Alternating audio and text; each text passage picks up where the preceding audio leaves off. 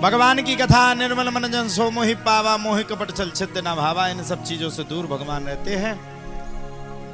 तदंगत्वेन बड़ी साक्षात्ता के अनुसार हरि अनंत हरि कथा अनंता कहीं सुनहि बहु विधि सब संता। भगवान की कथा को जो सुनता है उसके जीवन का कल्याण हो जाता है। सुखदेव बाबा कहते हैं राजा परीक्षित भगवान श्री कृष्ण बड़े हो गए। इधर राजा कंस का भी पहरा प्रारंभ हो गया। और जब राजा कंस का पहरा प्रारंभ हो गया तब तो प्यारे कहा जाता है राजा कंस को भगवान श्री कृष्ण जीरे में भी दिखने लगे। भगवान समझ गए कुछ समय के बाद मुझे ब्रज धाम को छोड़ना अति आवश्यक है। मैं ब्रज धाम को छोड़ करके यहां से निकलूंगा और जब मैं ब्रज धाम को छोड़ूंगा तो मेरे साथ मेरा घर, मेरा परिवार, मेरा सब कुछ है। ये गोपियां आप लोगों को पता, ब्रज में जो गोपियां थी, जो गोप ग्वाल वाले थे, यहां तक स्वांग भी, वो भी पूर्व जन्म के कोई बड़े साधु संत थे। और गोस्वामी तुलसीदास ने पहले ही रामचरितमानस में कहा है, बंधु सबके चरणों में हमें, जो विप्र है या ब्राह्मण है या देवता है, उनके चरणों में हमें समझे, हमें सबको प्रणाम प्रतिज्ञापन हमेशा जिंदगी भर करना चाहिए। भगवान समझ गए मेरे जाने का तो समय अब हो गया है, मुझे तो ब्रज को छोड़ करके जाना है। अगर मैंने इन गोपियों की इच्छाओं को, भामाओं की इच्छाओं को पूर्ण नहीं किया तो ये सब भटकते ही रहेंगे। आप तो भगवान ने शरद पूर्णिमा की रात्रि पर भगवान पिता रात्रि शरदोत्फुल्ल मल्लिका वीक्षम रंतु मनश्चक्रे योग माया मुपाश्रिता। शरद पूर्णिमा की रात्रि पे बड़ी सुंदर भगवान ने बांसुरी बजाई। इतनी सुंदर बांसुरी, इतनी सुंदर बांसुरी, इतनी सुंदर बांसुरी की बांसुरी की धुन सिर्फ गोपियों को सुनाई दी। आज भगवान को रास रचाना था। जयति तेदकम जन्मना ब्रजा। शरद पूर्णिमा की रात्रि पे भगवान ने बड़ी सुंदर बांसुरी बजाई। और मैं तो एक बात को सोच करके अपने आप को कोस रहा हूं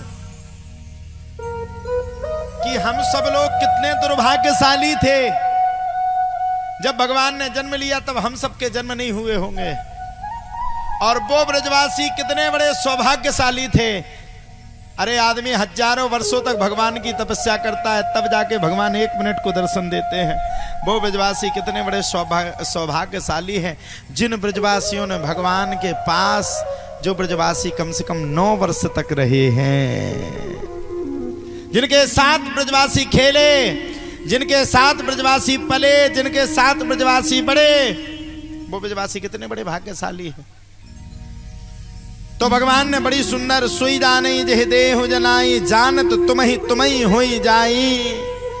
बड़ी सुंदर भगवान ने बांसुरी बजाई। प्रथम सुने भागवत भक्त मुख भगवत वाणी, द्वितीय आराधे भक्ति व्यास नव भात बखानी, तृतीय करे गुरु समाज दक्ष, सर्वाज्ञ रसीले, चौथे होए विरक्त बसे बनराज जसीलो, पंचम भूले देह सति, छठे मना छठे भावना रास की, और साते पावे रीत रस श्री स्वामी हरिदास की।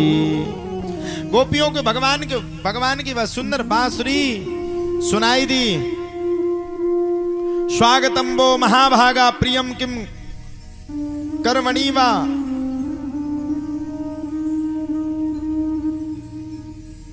ब्रजस्या नामयम। अरे भैया भगवान ने बड़ी सुंदर बांसुरी बजाई। भोजन करत चपल चित इत उत अवसर पाई, भाज चले किलकत मुख दधि ओदन लपटाई। गोपियों ने जब उस बांसुरी को सुना तो अपने आप मंत्र मुग्ध हो गईं। एक गोपी तो सायंकालीन के समय में गाय की दौनी कर रही थी, दौनी को छोड़ करके गोपी भगवान की शरण में चली गई। एक गोपी स्नान कर रही थी, भगवान की उस बांसुरी को सुना, खींची हुई चली गई। एक गोपी रात्रि के समय में सो रही थी, भगवान की जब उस पवित्र बांसुरी को सुना तो गोपी सोते हुए भागने लगी। घर वालों ने उसको बांध दिया, उनके दिमाग पे आया इसको सपना आया है। जब वो तन से नहीं जा पाई फिर वो मन से चली गई। सब गोपियां अकेले अकेले ब्रज में जाने लगी। अकेली गई थी ब्रज में, कोई नहीं था मेरे संग में।